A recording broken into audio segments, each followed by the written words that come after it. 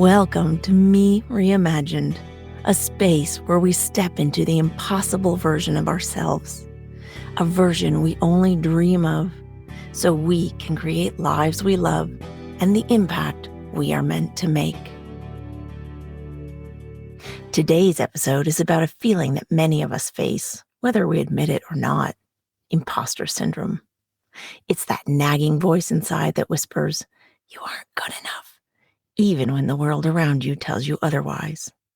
We are going to start by looking at 3 important pieces to imposter syndrome, and then dive into 4 practices that you can start using today to confidently take your seat at the table. I'll close with a story that illustrates the interplay of these points and practices. First, imposter syndrome isn't a sign of failure. Interestingly, studies show that imposter syndrome happens most often to people who would already be categorized as overachievers. So it shows up most commonly in those of you already working your butts off, striving to be at the top of your game. It's richly ironic that this syndrome shows up in people like you, who are in general capable, credible, and motivated. And when it shows up, it kicks off a vicious cycle of anxiety centered on the fear of failure or fear of success and a strong need to be the best. While that cycle often has short-term relief points when the fear dips right after you perform, your unwillingness or inability to internalize positive feedback, coupled with negative self-talk, perpetuate that feeling of not being good enough. So I suggest we start by separating reality from the feeling. So reality is that this syndrome has been shown to happen to those who are already classified as capable, credible, motivated overachievers. The feeling, however, is so real that it shapes how you live, work, and how you see yourself. Feeling like you aren't good enough is what drives you to think that you don't deserve a seat at the table. But what if I told you that you could reinterpret the feeling to give you a different picture of reality? What if the feeling is actually telling you the opposite? You feel anxious, not because you aren't good enough, but because of how deeply you care about what you're doing. I don't know about you, but anyone who cares that much and is overachieving their socks off, because that is an absolute hallmark of this syndrome, well, that is someone I want on my team. Talk about dedication and loyalty and constantly trying to improve. Those are all qualities of excellence. So to start with, let's reposition imposter syndrome as the feeling of being absolutely committed to doing your best to have impact, and that the impact you have really matters to you. So second, and this might surprise you, but imposter syndrome, well, it's not a syndrome. It is not a diagnosable medical illness. It is not genetic, and it is not a disease. But studies show that it leads to adverse health outcomes. The stress, the relationship issues, the lack of satisfaction in life, your unreached potential are a direct result of you doubting your abilities and accomplishments despite evidence to the contrary. What strikes me about that definition is that the self-doubt is particularly exacerbated by 1, comparison to others, and 2, confirmation bias, looking for proof that what you already believe is true. When you feel like an imposter, you are consciously or unconsciously comparing yourself to others and ignoring evidence that prove you are capable and credible. And when you focus on a distorted version of reality and ignore evidence, your perception of the world is scary. In your mind, you know a lot less than everyone else, and everyone else knows a lot more than you. If we were to draw this, we draw a small circle to represent what you think you know inside a huge circle of what you think everyone else knows. The feeling of not being enough exists in the space between the edge of that small circle and the edge of the big circle. In reality, your world looks more like a child's drawing of a flower. You would draw a small circle in the center to represent what you know, but everyone else's knowledge would also be small circles of about the same size encircling yours. That picture is a lot more accurate, and there's no gap in which you feel not enough. My point here is that imposter syndrome isn't genetic. It's not a disease. It is your perception of yourself. So guess who's in control of that? Now, before you start feeling bad that this is another thing that you haven't done right, I'm pointing this out because it gives you hope. It's not out of your control. And in just a minute, we are going to dive into practices that will help you manage your perception and start seeing the world as a flower. Okay, so the third and last point before we dive into practices is something we don't talk about enough. Imposter syndrome doesn't exist in a vacuum. Sometimes it's not just your inner critic whispering doubts. It's the environment that you are in. Think about the workplaces where feedback is scarce, or the culture prioritizes competition over collaboration in a hostile environment. Or maybe you've experienced bias, subtle or overt, that made you question if you really belong. What early messages about success and failure did you absorb from family influences? Are you the first in your family to pursue an alternative path? Is there pressure to represent your group? Are you in a context of limited diversity? These external forces can amplify those internal feelings, making it harder to separate what's real from what's imagined. The important thing to remember is that environments can either lift us up or pull us deeper into that cycle of self-doubt. If you've ever felt this way, it doesn't mean there's something wrong with you. It means the system around you might also need to change. But how do we break the cycle if we can't change the environment? There are 4 practices that I've personally done and have used with clients that really help. They are self-compassion, gratitude, doing the opposite, and mentoring. I'm going to break these down, and then I'll share some stories to illustrate how these practices work in real life. So the first one, with self-compassion. When you feel like you're failing or you're not enough, pause and acknowledge that your feelings are not facts. A simple self-compassion exercise is to place your hand on your heart and ask, what would I say to a friend who felt like this? And then say those kind words to yourself. I know it sounds cheesy, but it works. For example, instead of saying, I don't know enough, remind yourself, I'm allowed to learn as I go. No one has all the answers. Practice this regularly to build a gentler relationship with yourself. The second practice is gratitude. So gratitude is a powerful way to reframe imposter syndrome. Each day, list 3 things you're grateful for, maybe when you lay down at night or when you wake up in the morning. Then dig deeper. How did you specifically contribute to those experiences? So if you're grateful for a connection with a colleague, or you're grateful that the sun came up, things that maybe don't seem to have anything to do with something you personally did, reflect on how, with the colleague, your warmth or attentiveness encouraged that moment. Maybe you were able to create a safe space for them. If it's a beautiful sunset, recognize your role in appreciating it, or perhaps you even shared it with somebody. Gratitude reminds you that you are an active participant in the good things in your life. So the third practice is to do the opposite. Imposter syndrome often pushes us towards avoidance. Re-record.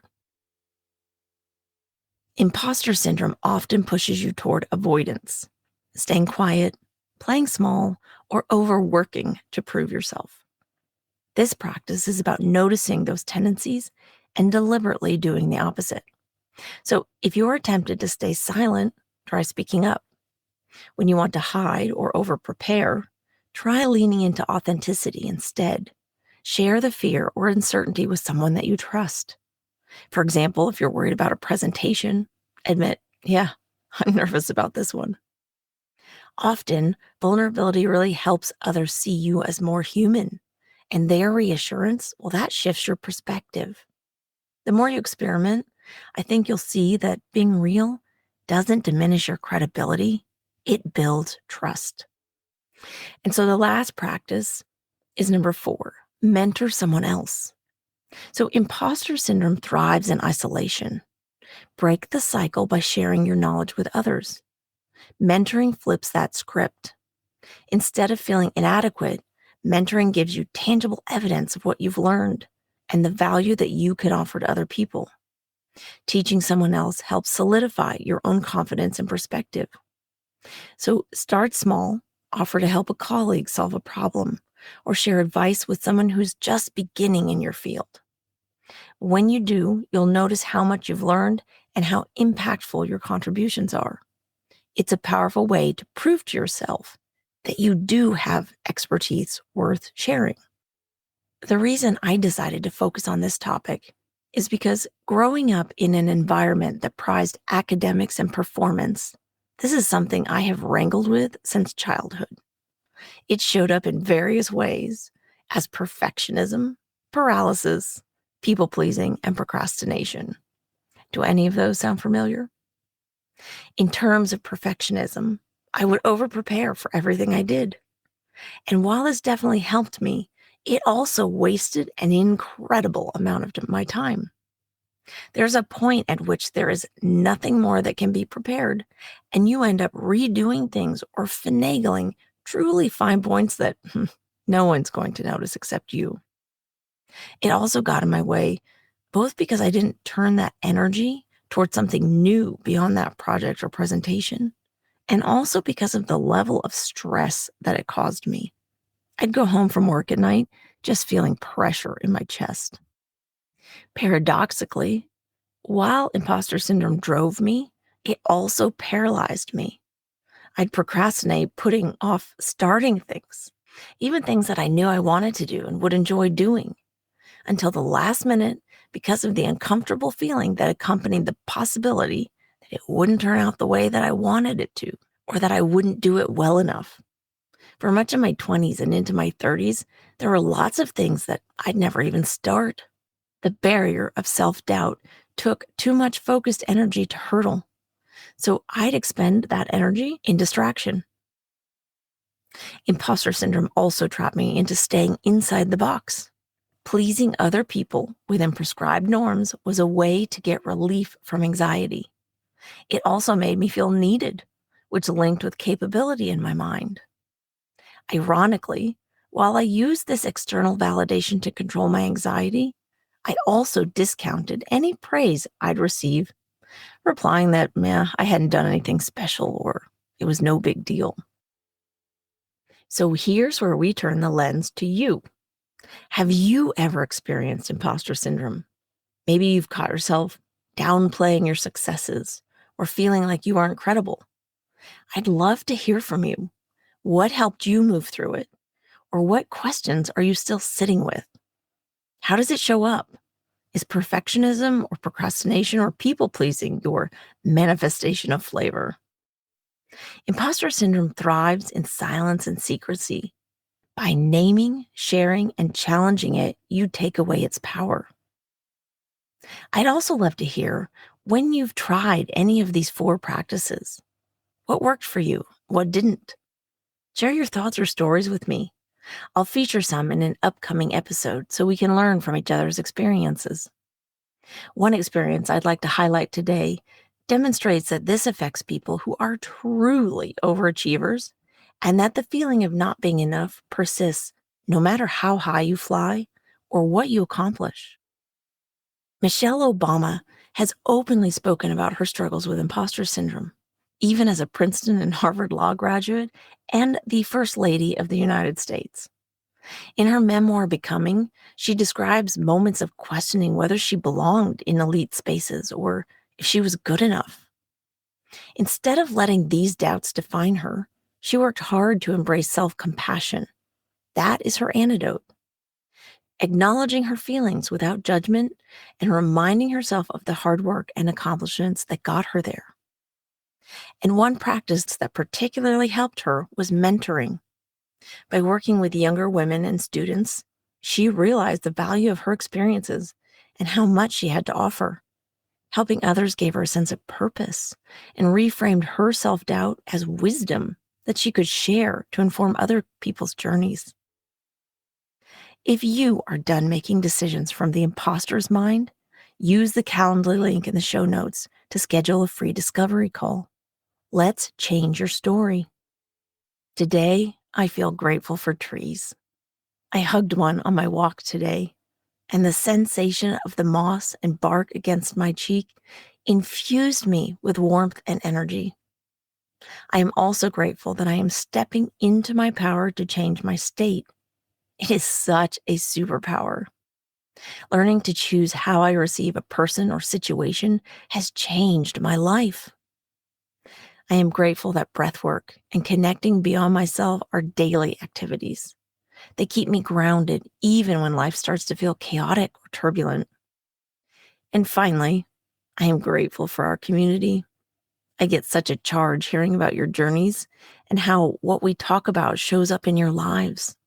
It makes me feel a part of the beautiful web of life. Thank you so much for listening. If you found this episode interesting or useful, there are 3 low-effort, high-impact ways you can support us.